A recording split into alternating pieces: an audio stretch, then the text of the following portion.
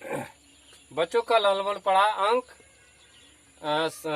प्राकृत संख्या, पूर्ण संख्या, अभाज्य संख्या, भाज्य संख्या। ठीक है, आज हम लोग पढ़ेंगे संख्या पद्धति के दूसरे भाग में जुड़वा अभाज्य, सौ अभाज्य, संपूर्ण संख्या, रामानुजन संख्या, परिमेय संख्या और अपरिमेय संख्या। प्यारे बच्चों, कृपया मेरे चैनल को सब्सक्राइब कीजिए, अच्छा लगे तो सब्सक्राइब कीजिए। ठीक है, देखिए जुड़वा अभाज्य किसे कहते हैं। जुड़वा का अर्थ होता है दो, यानी कि दो संख्याओं का जोड़ा। अगर दो संख्याओं का जोड़ा है और वे दोनों संख्याएं अभाज्य हैं और उसका अंतर दो है तो उसे क्या कहेंगे, जुड़वा अभाज्य कहेंगे। जैसे मान लीजिए 3 है और 5 है, दो संख्याओं का जोड़ा है और दोनों संख्याएं अभाज्य हैं और इनका अंतर, इसमें से 5 में से 3 घटाएंगे तो 2 होगा, तो इस प्रकार की संख्याओं को जुड़वा अभाज्य कहेंगे। ठीक, दूसरी संख्या अगर मान लिए लेते हैं 11 और 13, देखिए दो संख्याओं का जोड़ा है, दोनों संख्याएं अभाज्य हैं। अगर 2 और 13 में से 11 घटाएंगे तो हमको 2 प्राप्त होगा। ठीक, इस प्रकार की संख्याओं को जुड़वा अभाज्य कहा जाता है। इसके अलावा हम उदाहरण ले सकते हैं 17, 19 का। ठीक, इस प्रकार से मतलब बहुत सी संख्या है, अनंत संख्या है जिनका जोड़ा जो होता है, जो जोड़ा अभाज्य होता है और उनका अंतर 2 होता है। इस प्रकार की सभी संख्याओं को जुड़वा अभाज्य कहा जाता है। ठीक, अब सअभाज्य।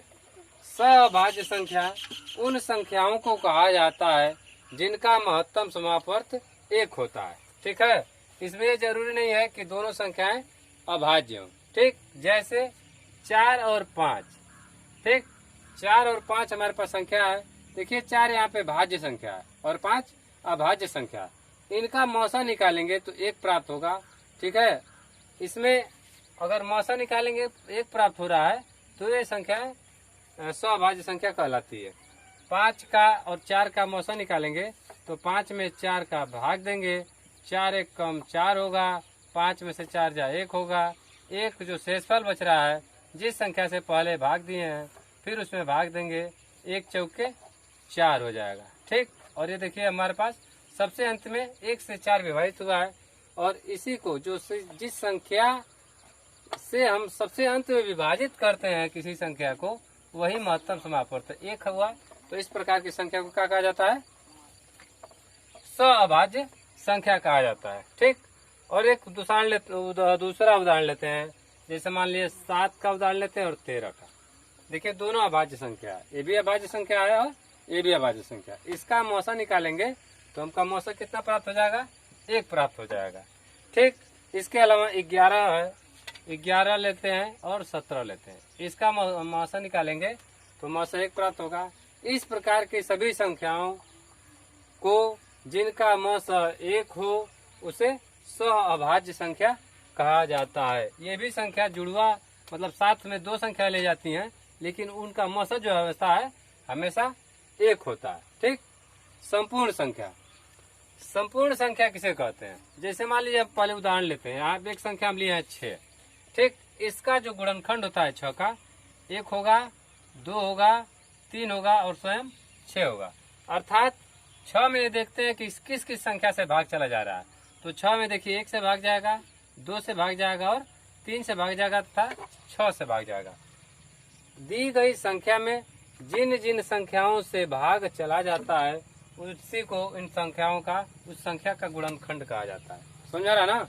अब देखिए, अब इनको जोड़ेंगे, 1 धन 2 धन 3 धन 6। ठीक, इनका जोड़ प्राप्त हो रहा है 12। अर्थात किसी संख्या के गुणनखंडों का यदि योग 12 उस संख्या के 2 गुना आ रहा है तो उस संख्या को क्या कहेंगे, संपूर्ण संख्या कहेंगे। ठीक है, एक और उदाहरण लेते हैं दूसरा कोई। ठीक, जैसे मान लीजिए उदाहरण लेते हैं 28। ठीक है, तो 28 का हम जब गुणनखंड करेंगे तो 28 में 1 से भाग जाएगा, फिर 2 से भाग जाएगा, फिर किसे जाएगा, 4 से, फिर 7 से, इसके बाद 14 से जाएगा, फिर किसे जाएगा, 28 से। ठीक, अब हम इसको जोड़ते हैं। 1 धन 2 धन 4 धन 7 धन 14 धन 28। ठीक, इसको हम जोड़ेंगे तो इनका जोड़ जो है 56 प्राप्त होगा। कितना प्राप्त होगा? 56। 56 जो है 28 का दोगुना है। ठीक, यानी कि 28 का गुणनखंड है 1 2 4 7 14 28। ठीक, और इनका योग जो हो रहा है 56 हो रहा है, जो कि दी गई संख्या 28 का दोगुना है। ठीक, यदि किसी संख्या का गुणनखंड करते हैं और उन गुणनखंडों का योग इस संख्या के दोगुना हो जाता है, तो इस प्रकार की संख्या को क्या कहा जाता है? संपूर्ण संख्या कहा जाता है। समझ में आ गया ना संपूर्ण संख्या? ठीक, अब देखिए, अब आते हैं रामानुजन संख्या पर। रामानुजन संख्या किसे कहते हैं? रामानुजन जो थे हमारे देश के एक महान गणितज्ञ थे, जिन्होंने एक ऐसी संख्या की खोज की। ठीक है, ऐसी संख्या की खोज की जिनमें जो संख्या थी उसके दो संख्याओं का घनों का जो योग था, उन दो संख्याओं के घनों का योग जो है वो संख्या प्राप्त हो रही थी। जैसे मान लीजिए वो संख्या थी 1729। क्या थी? 1729 1729। ठीक है, यह प्राकृतिक संख्या है। यह वैसे प्राकृतिक संख्या है जिसे दो संख्याओं के घनों के योग के रूप में दो विभिन्न तरीकों से लिखा जा सकता है। ठीक, यह ऐसी प्राकृतिक संख्या है जिसे दो संख्याओं के घनों के योग के रूप में दो संख्याओं के घनों के योग के रूप में दो विभिन्न तरीकों से लिखा जा सकता है। जैसे मान लीजिए दो विभिन्न तरीका, एक है इसको लिख सकते हैं 10 का घन और प्लस 9 का घन। ठीक, यानी 10 का घन करेंगे और 9 का घन करेंगे तो हमको ये संख्या प्राप्त हो जाएगी। यानी एक तरीका ये है लिखने का, और दूसरा तरीका ये है कि एक दूसरी संख्या है 12 का घन करेंगे और 1 का घन करेंगे तो इसका भी योग जो है 1729 प्राप्त होगा।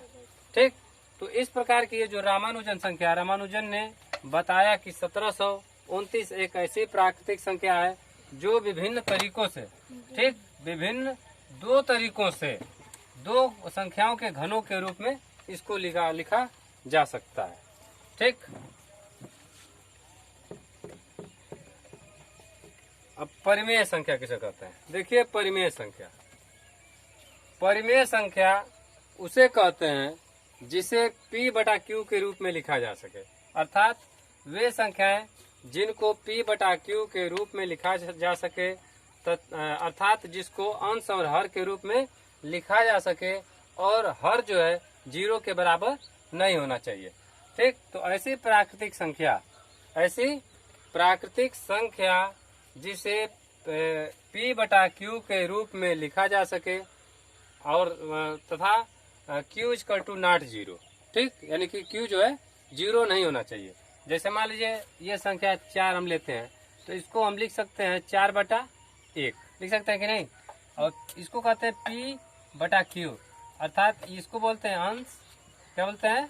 अंश, और नीचे वाले क्या बोलते हैं? हर। और ये जो Q है इज नॉट इक्वल टू 0, अर्थात ये जो Q है 0 नहीं होना चाहिए। ठीक, अगर कोई संख्या मान लीजिए हम लिखे और यहाँ पे 5 लिखे और 5 के नीचे अगर 0 लिख दे रहे हैं तो इसे परिमेय संख्या नहीं कहेंगे। परिमेय संख्या की शर्त है कि उसका जो हर होता है वह 0 नहीं होना चाहिए तथा उसको उस संख्या को P बटा Q के रूप में लिखा जा सके। जैसे मान लीजिए हमारे पास 1/2 है। ठीक, तो ये क्या है? ये परिमेय संख्या है, क्योंकि इसको हम P बटा Q यानी कि अंश और हर के रूप में लिख सकते हैं। ठीक है, जिन संख्याओं को हम अंश के और हर के रूप में लिख सकते हैं उसे क्या कहते हैं? परिमेय संख्या कहते हैं। ठीक, जितनी भी प्राकृतिक संख्याएं हैं सभी परिमेय संख्या है, या जितने भिन्न है, ठीक है, जो फ्रैक्शन है जो भिन्न है सभी प्राकृतिक संख्या है और सभी परिमेय संख्या। ठीक है, और जैसे मान लीजिए कोई ऐसी संख्या है जैसे मान लीजिए 1/3 है। ठीक, ये भी प्राकृतिक संख्या है। अगर कोई संख्या बार बार आ रही है तो वो मतलब आवर्ती संख्या, जिसे वो आवर्ती संख्या कहते हैं। जैसे मान लीजिए 1/3 है, अगर 1 में हम 3 का भाग देंगे तो कितना आ जाएगा? 3 3 9, फिर 1 बचेगा, फिर 3 3 3 3, यानी कि ये जो 3 है ये बार बार आएगी अनंत तक, ये कभी विभाजित ये संख्या नहीं होगी। तो ये क्या है, ये 3 जो है 3 का आवर्त हो रहा है, यानी कि ये बार बार 3 आ रहा है। इस प्रकार की संख्याओं को क्या कहा जाता है, परिमेय संख्या कहा जाता है। ठीक। और दूसरा हमारे पास संख्या है अपरिमेय संख्या। क्या है अपरिमेय संख्या? किसे कहते हैं? अपरिमेय संख्या को उसे कहते हैं जिसे P/Q के रूप में नहीं लिखा जा सके। ठीक है, अर्थात अगर मान लीजिए हमारे पास 5 है और कोई 0 लिख दिया है तो यह अपरिमेय संख्या है। ठीक है, ये परिमेय संख्या नहीं है। और √2, देखिए जो √2 है, अगर हम 2 का वर्ग करेंगे तो इसका वर्ग हमें कभी प्राप्त नहीं होगा। इसका वर्ग जो है, जो इसका वर्गमूल होगा वो अनंत तक जाएगा। ठीक है, तो इस प्रकार की संख्या जो है, जितनी भी √2 है, √3 है, ठीक, इनका जो है अगर किसी संख्या इसका वर्ग निकालेंगे तो इसका वर्ग जो है कभी भी इसका वर्ग जो है समाप्त नहीं होगा। ठीक, तथा जैसे इसका वर्ग समाप्त अनंत तक चली जाएगी। ठीक है, जब अनंत तक चली जाएगी, इसको अब विभाजित नहीं होगी और इसका एक क्रम नहीं होगा, तो इस प्रकार की संख्या को अपरिमेय संख्या कहते हैं। ठीक, √2, √3, √7, इस प्रकार की सभी संख्या क्या होती है, अपरिमेय संख्या होती है। क्योंकि इनका जब वर्गमूल निकालेंगे तो अनंत तक जाएंगी और इसका क्रम एक जैसा नहीं रहेगा, इसलिए इसको हम अंश और हर के रूप में नहीं लिख सकते हैं। इस प्रकार की संख्याओं को अपरिमेय संख्या कहा जाता है। Thank you.